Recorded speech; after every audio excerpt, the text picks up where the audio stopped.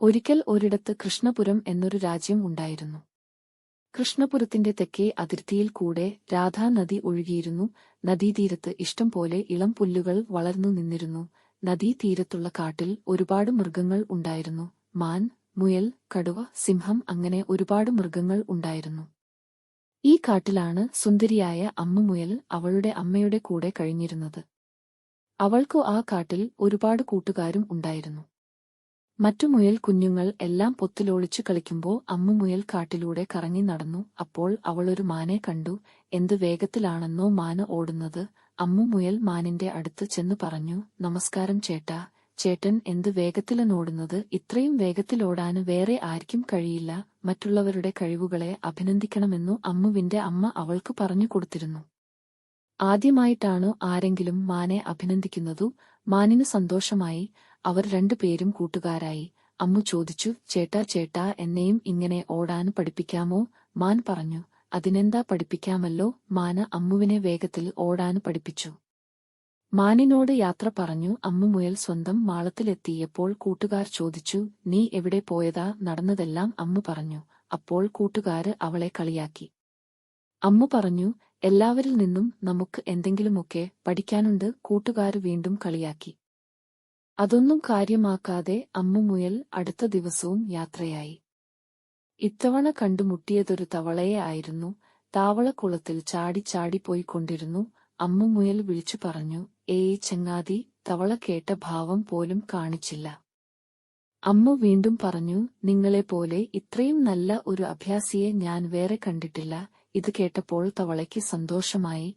രണ്ടു വലിയ ചാട്ടം ചാടി തവള മുയലിനത്തെത്തി. തവള തന്റെ വീരകഥകൾ അമ്മുവിനോട് പറഞ്ഞു. പാമ്പുകളെ പറ്റിച്ചു രക്ഷപ്പെട്ട കഥ, മുങ്ങാം കുഴിയിട്ടു പോയതു, അങ്ങനെ ഒരുപാട്. അമ്മു എല്ലാം കേട്ടിരുന്നു. അവസാനം അമ്മു ചോദിച്ചു, "എന്നെയും പഠിപ്പിക്കാമോ ഇതെല്ലാം?" തവള സന്തോഷത്തോടെ സമ്മതിച്ചു. മാളത്തിലേക്ക് പോകും മുൻപേ അമ്മു നല്ലൊരു ചാട്ടക്കാരി ആയി മാറി. അങ്ങനെ ഓരോ ദിവസവും അമ്മു ഓരോ കാര്യങ്ങൾ പഠിച്ചു. അങ്ങനെ ഇരിക്കെ ഒരു ദിവസം ഒരു വേടൻ ആ കാട്ടിലെത്തി. ഒരുപാട് മൃഗങ്ങൾ വേടന്റെ കയ്യിൽ പെട്ടു. ഒടുവിൽ അയാള് അമ്മുവും കൂട്ടരും താമസിക്കുന്ന മാളത്തിനടുത്തും എത്തി. മുയലുകൾ പരക്കം പാഞ്ഞോടി. അമ്മു മുയലിനൊരു ഉപായം തോന്നി.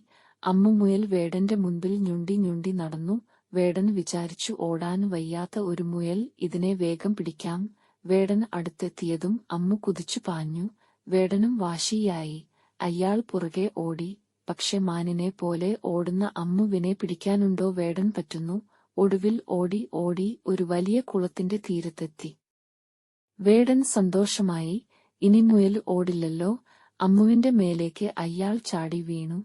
അമ്മുവാകട്ടെ കുളത്തിലേക്കെടുത്തു ചാടി ആമ്പലിന്റെ മുകളിൽ പോയിരുന്നു. വേടനും പുറകെ ചാടി. അമ്മു ആമ്പൽ ഇലകളിൽ മേൽ ചാടി ചാടി കരയിൽ പോയി ഇരുന്നു. വേടൻ കുളത്തിലെ വെള്ളത്തിൽ വീണു. അമ്മുവിന്റെ കൂട്ടുകാരനായ തവളയും ആ കുളത്തിലെ മീനുകളും ചേർന്ന് വേടനെ കടിച്ചു ശരിപ്പെടുത്തി. വേടന് ജീവനും കൊണ്ടോടി. പിന്നീടൊരിക്കലും ആ വഴിക്ക് വന്നിട്ടില്ല. എല്ലാരെയും രക്ഷിച്ച അമ്മുമുയലിനെ മുയലുകളുടെ നേതാവാക്കി. അമ്മുമുയൽ വീണ്ടും ഓരോന്ന് പഠിച്ചും മറ്റുള്ളവർക്ക് തനിക്കറിയാവുന്നത് പറഞ്ഞു കൊടുത്തും കാട്ടിൽ ചുറ്റി നടന്നു. എല്ലാ മൃഗങ്ങളെയും കൂട്ടുകാരാക്കി. കൂട്ടുകാരെ, അമ്മുവിനെ പോലെ നമുക്കും മറ്റുള്ളവരിൽ നിന്നും എന്തൊക്കെ പഠിക്കാൻ ഇരിക്കുന്നു. ജീവിതത്തിൽ എന്നെങ്കിലും അതെല്ലാം ഉപകാരപ്പെടും തീർച്ച. ഇന്ന് തന്നെ തുടങ്ങുക.